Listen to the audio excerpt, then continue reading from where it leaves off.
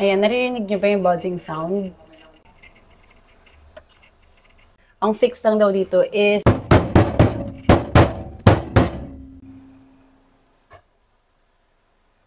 okay na. Pero ayos. Yeah. Ahatawin ko lang daw siya. Dito daw sa tabi ng control panel. So, ayos na siya. Wala na siyang buzzing sound.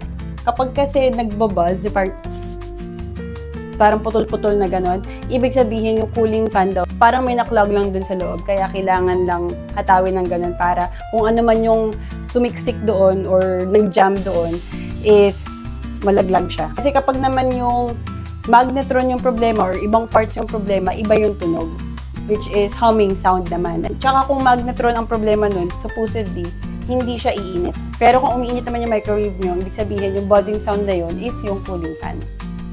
FYI!